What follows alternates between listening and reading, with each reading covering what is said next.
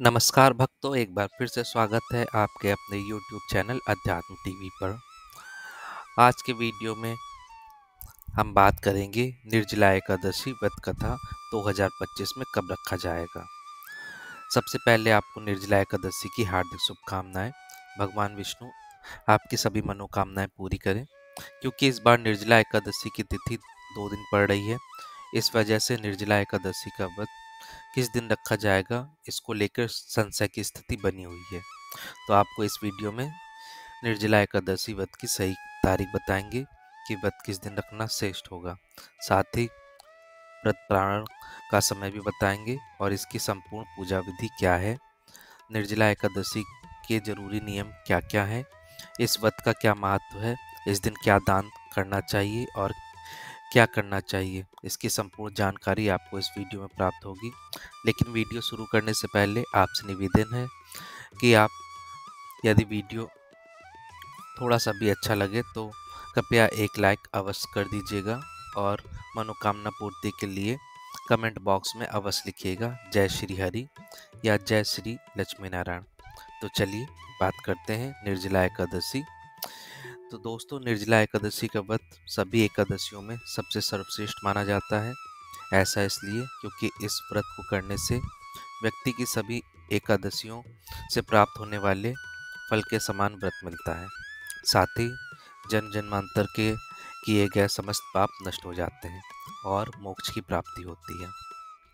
दोस्तों, ज्येष्ठ मास के शुक्ल पक्ष में आने वाली एकादशी निर्जला एकादशी के नाम से पूजी जाती है। इस व्रत को भीम ने शुरू किया था अपने गुरु वेद व्यास जी के कहने पर, इसलिए इसे भीमसेनी या पांडव एकादशी के नाम से भी जाना जाता है। दोस्तों, जितनी भी एकादशी व्रत है भगवान विष्णु के श्री चरणों में समर्पित है। जो व्यक्ति निर्जला एकादशी का कठोर व्रत धारण करता है उसे भगवान विष्णु की विशेष कृपा निश्चित रूप से मिलती है। साथ ही उस व्यक्ति को सभी तीर्थ में स्नान करने का भी फल मिलता है। भक्तों, आपको बता दें कि निर्जला का मतलब होता है बिना जल और आहार के दिन भर का उपवास करना। निर्जला एकादशी बाकी एकादशियों में सबसे कठिन मानी गई है क्योंकि इसमें एकादशियों को सूर्योदय से लेकर अगले द्वादशी तिथि को सूर्योदय तक बिना जल और भोजन के रहना होता है। भक्तों, निर्जला एकादशी का व्रत करने से साल भर के 24 एकादशियों का फल मिलता है। जो लोग साल भर की एकादशी का व्रत नहीं रख सकते वह निर्जला एकादशी का व्रत जरूर रखना चाहिए। दोस्तों, निर्जला एकादशी का व्रत स्त्री और पुरुष दोनों कर सकते हैं। निर्जला एकादशी का व्रत कब करना है, पारण कब किया जाएगा, यह जानने से पहले इस व्रत की पूजा विधि और नियम जानना जरूरी है। दोस्तों, एकादशी व्रत के नियम दशमी से ही शुरू हो जाते हैं। आपको दशमी के दिन सूर्यास्त के बाद भोजन नहीं करना चाहिए और इस दिन सात्विक आहार ही लेना चाहिए। और दशमी से लेकर पारण तक आपको ब्रह्मचर्य का पालन करना चाहिए और दशमी को हो सके तो जमीन पर ही सोना चाहिए। ध्यान रखें, व्रती को एकादशी के दिन देर तक नहीं सोना है। आप हो सके तो ब्रह्म मुहूर्त में उठ जाएं और ना ही एकादशी की रात में सोना चाहिए, बल्कि इस दिन रात्रि जागरण का विधान बताया गया है। इसके अलावा एकादशी के दिन पान खाना भी वर्जित होता है। इस दिन भूलकर भी चावल का सेवन नहीं करना चाहिए। चावल का सेवन करने वाले व्यक्ति पाप का भागीदार बनता है। इसके अलावा इस दिन किसी की भी निंदा ना करें, किसी का भी अपमान ना करें, क्रोध ना करें और साथ ही साथ इस दिन घर का कोई भी सदस्य मांस मदिरा का सेवन ना करें।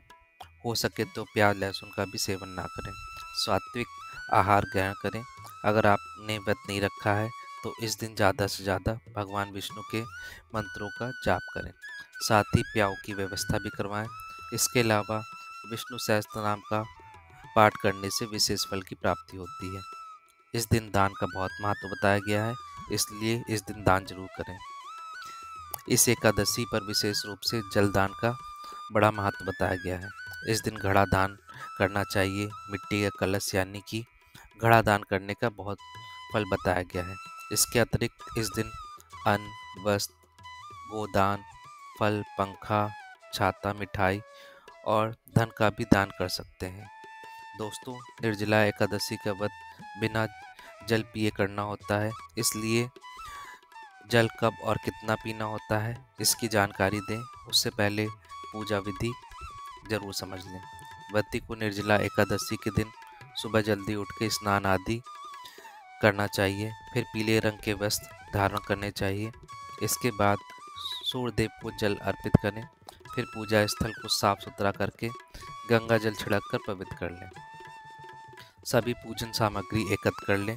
अगर बात करें पूजन सामग्री की, तो इसमें आपको एक लकड़ी की चौकी या पाटा चाहिए, साथ ही भगवान विष्णु की मूर्ति या फोटो चाहिए, जल का लोटा चाहिए, पीले रंग के फूल, माला, चंदन, रोली, मोली, अक्षत, पान, सुपारी, लौंग, इलायची, धूप, दीप, इत्र, जनेऊ, नैवेद्य में फल और मिठाई आदि ले लें। पंचामृत को भी बनाएं, साथ ही में कुछ दक्षिणा भी शामिल करें। अब आप सारी सामग्री एकत्र कर लीजिए और आसन लगाकर पूर्व या उत्तर की ओर मुख करके बैठ जाइए। अब लकड़ी की चौकी या पाटा रख लें, उसमें पीले रंग का वस्त्र बिछाकर भगवान विष्णु की मूर्ति या फोटो को स्थान दें। अब सबसे पहले व्रत पूजा का संकल्प लें। इसके लिए अपने सीधे हाथ में थोड़ा सा जल, पुष्प, अक्षत और एक सिक्का लें और भगवान विष्णु का ध्यान करके अपना नाम, गोत्र, जिस स्थान पर बैठकर आप संकल्प कर रहे हैं वहाँ का मकान नंबर, क्षेत्र का नाम, शहर का नाम लेकर भगवान से व्रत और पूजन निर्विघ्न पूर्ण हो सके इसके लिए प्रार्थना करें।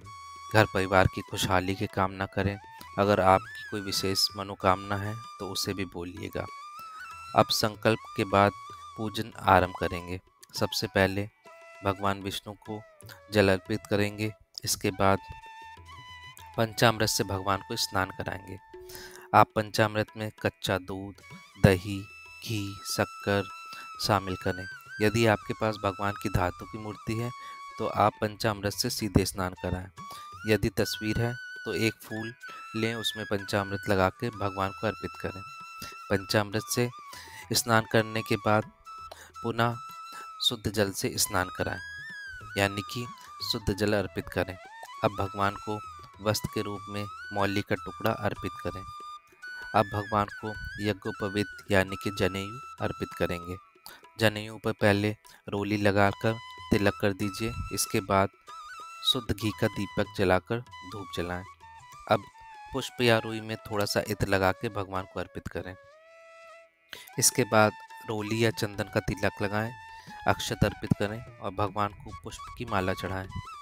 अब भगवान को हाथ से दीपक दिखाएं, बिना दीपक को उठाएं, हुए पुष्प और धूप दिखाएं। भगवान को पुष्प अर्पित करें। उसके बाद भगवान को भोग लगाएं। इसमें आप भगवान को फल, मिठाई, मिश्री, बतासा और भगवान को पंचामृत का भोग जरूर लगाएं। साथ में ही तुलसी का पत्ता जरूर रखें। वो भोग लगाने के बाद जल का आचमन करें। इसके बाद भगवान को तांबुल यानी कि पान के पत्ते पर 2 लौंग, 1 इलायची, 1 सुपारी रखकर अर्पित करें। इसके बाद अपनी इच्छा अनुसार भगवान को कुछ न कुछ दक्षिणा के रूप में अर्पित करें। साथ में आप जो भी इस दिन दान देने वाले हैं उस चीज को भी पूजन स्थान पर रखें और उसका भी आप विधिवत पूजन करें। जैसे कि यदि आप घड़ा दान करने वाले हैं तो उसे पूजन स्थान पर जरूर रखें। इसके बाद हाथ जोड़कर भगवान से प्रार्थना करें, हे भगवान, हमारे व्रत और पूजन को स्वीकार करें। पूजन में यदि कोई भी भूल चूक हो गई हो तो हमें क्षमा करें। अपने मन की इच्छा को भी भगवान से बोलें। इसके बाद निर्जला एकादशी की कथा पढ़ें या सुनें। आप भगवान की आरती करके विधिवत पूजा को संपन्न करें। इसके बाद शाम को भी भगवान की पूजा और आरती, उसके बाद भोग जरूर लगाएं। फिर रात्रि में जागरण करके भगवान श्री हरि के नाम का भजन करना चाहिए। फिर व्रत के अगले दिन यानी द्वादशी के दिन प्रातःकाल जल्दी उठकर पुनः स्नान आदि करके भगवान विष्णु की विधिवत पूजा करें। इसके बाद किसी जरूरतमंद या ब्राह्मण को भोजन कराकर दान दक्षिणा देने के बाद शुभ मुहूर्त में व्रत का पालन करना चाहिए। पारण के बाद आप श्री हरि का ध्यान करते हुए प्रसाद या तुलसी पत्र रख के व्रत का पारण करें। फिर सात्विक भोजन ग्रहण करें। आपको बता दें कि व्रत कब करना है और व्रत पारण का शुभ मुहूर्त क्या होगा। उससे पहले बात करते हैं निर्जला एकादशी में जल कब पीना चाहिए, कितना पीना चाहिए। तो दोस्तों, वैसे तो निर्जला एकादशी का व्रत बिना जल और अन्न के रखा जाता है। इस व्रत में पानी का सेवन वर्जित है, लेकिन इस व्रत में भीषण गर्मी का समय होता है। यदि बहुत ज़रूरी हो तो पानी पीना आपसे सहन नहीं हो रहा है तो पानी पीने की आवश्यकता है, तो आपको कब और कितना पानी पीना है इसका भी शास्त्रों में वर्णन है। तो आपको बता दें, निर्जला एकादशी के व्रत में आचमन के सिवा जल वर्जित है। केवल 2 चीज़ों में आप जल का प्रयोग कर सकते हैं, एक तो नहाने के समय, दूसरा आचमन में। यदि आपका गला सूख रहा है और पानी पीने की बहुत ज़रूरत हो तो शाम को दिया बाती करने के बाद आचमन के तौर पर आप जल ग्रहण कर सकते हैं। बस ध्यान रहे, जल आपको सिर्फ आचमन के तौर पर ही लेना है, यह नहीं कि गिलास भर के पानी पी लिया। जितना पानी हम पूजा के समय आचमन में लेते हैं उतना ही जल ग्रहण करने की इजाज़त इस एकादशी में दी गई है। और अगर आप निर्जला एकादशी का व्रत करने में असमर्थ हैं तो निर्जला व्रत का संकल्प ना लें। आप चाहे तो फलाहार का व्रत भी रख सकते हैं, लेकिन इस व्रत की इतनी महिमा है कि आप इस एकादशी का व्रत जरूर धारण करें। चलिए अब जानते हैं वर्ष 2025 में निर्जला एकादशी का व्रत कब रखा जाएगा, व्रत पारण कब किया जाएगा और पारण करने का सही समय क्या है। तो आपको बता दें, साल 2025 में निर्जला एकादशी का व्रत 2 दिन रखा जाएगा, क्योंकि इस एकादशी तिथि 2 दिन पड़ रही है। हम आपको बता दें किस किस दिन व्यक्ति को व्रत रखना चाहिए, यह व्रत कब रखना श्रेष्ठ होगा। तो आपको बता दें, ज्येष्ठ माह के शुक्ल पक्ष की एकादशी की शुरुआत 6 जून 2025 की प्रातः 2:15 पर हो रही है और एकादशी तिथि की समाप्ति 7 जून 2025 की प्रातः 4:47 पे होगी। तो इस हिसाब से एकादशी का व्रत 2 दिन रखा जाएगा, पहला 6 जून 2025 दिन शुक्रवार को और दूसरा 7 जून 2025 दिन शनिवार को। तो ध्यान रहे, जो व्यक्ति पारंपरिक जीवन में है यानी गृहस्थ जीवन में है, सामान्य जन है, उदय तिथि को महत्व देते हैं, तो वह पहले दिन वाली एकादशी यानी 6 जून 2025 दिन शुक्रवार का व्रत रखेंगे और 7 जून को पारण करेंगे।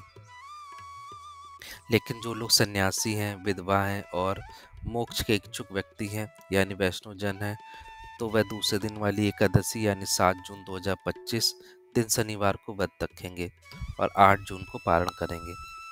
चलिए अब जानते हैं कि जो लोग 6 जून 2025 को व्रत रखेंगे तो पारण कब करेंगे, व्रत पारण का समय क्या रहेगा। तो आपको बता दें, व्रत का पारण का समय 7 जून 2025 की दोपहर 1:44 से लेकर शाम 4:31 तक रहेगा और पारण तिथि के दिन हरिवसर समाप्त होने का समय 7 जून 2025 की सुबह 11:25 पर रहेगा।